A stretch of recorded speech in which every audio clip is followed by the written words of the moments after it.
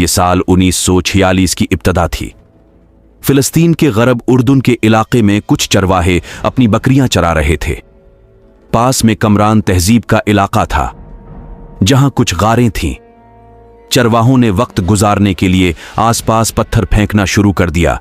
उनमें से एक पत्थर खाई में मौजूद एक गार के अंदर गया, जहां से एक तेज आवाज आई जैसे गुफा के अंदर कुछ टूट गया हो।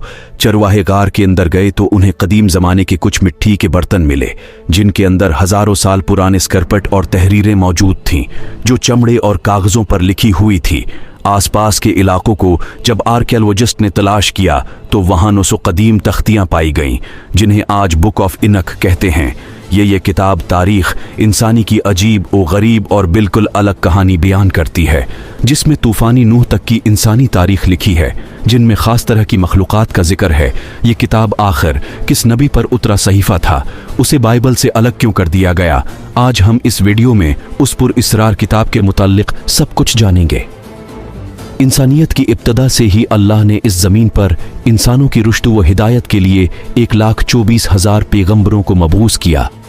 उनमें से कुछ पैगंबरों पर किताबें और सहीफ़े नाजिल हुई, जिनमें तौरीत, इंजिल और ज़बूर शामिल है, जिन्हें आज बाइबल के नाम से एक जगह जमा कर दिया गया है।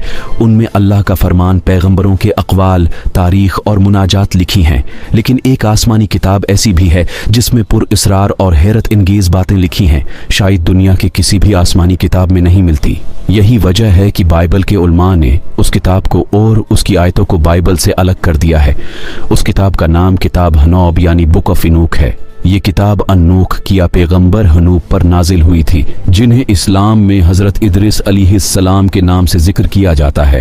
इदरिस अलैहिस्सलाम अल्लाह के तीसरे नबी थे, जो आदम अलैहिस्सलाम और शीस अलैहिस्सलाम के बाद नबूवत के जलीलुल क़द्र मनसिब पर फाइज हुए। मुअर्रिखीन ने लिखा है कि आपकी पैदाइश बाइबल यानी इराक या मिस्र के इलाके मनफ में हुई थी।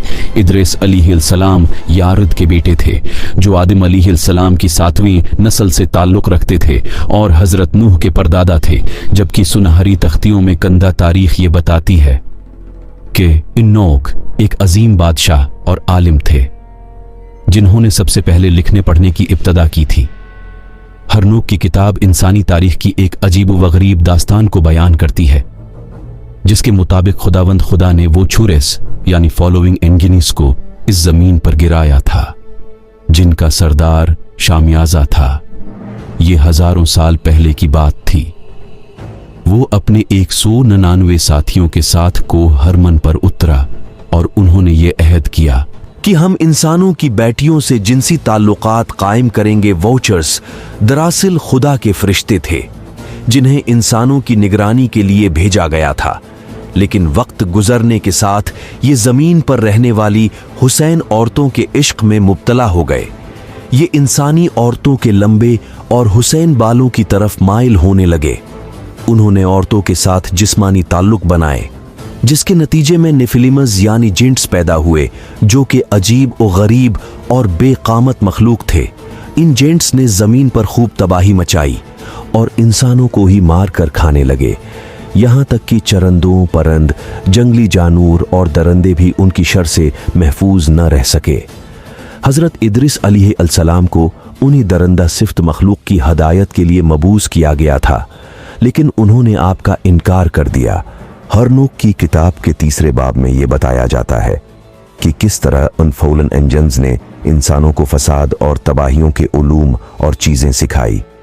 मिसलन एजाज जल ने इंसानों को तलवारें, खंजर और हथियार बनाना सिखाया।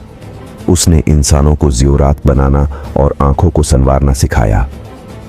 उन सब कामों की वजह से इंसानों में बुराई और बदकारी पिघल गई। इस तरह शामियाजा ने जादू करना सिखाया। अमरोज ने सितारों के इल्म और कुकाबिल ने इल्म फल्कियात सिखाई। जमीन में होने वाले इस फसाद को देखकर खुदावंद गजब हुआ और उसने 4 फरिश्ते यानी माइकल, यूरेल, राफेल और गिब्रील को जमीन पर भेजा। और ये फरिश्ते बागी फरिश्तों और नेफलीम को सजा देते हैं, कुछ को जंजीरों में जकड़ लेते हैं, उन वाचर्स को भी हलाक कर देते हैं जिन्होंने औरतों के साथ नापाक रिश्ते बनाए थे। वाचर्स को ये 4 फरिश्ते जमीन के अंदर कैद कर देते हैं, जहां वो तक क़यामत कैद रहेंगे। कहा जाता है कि इदरिस अलैहिस्सलाम को अल्लाह की तरफ से ये कुदरत दिया गया था कि वो ज़ेर ज़मीन दुनिया में भी जा सकते थे।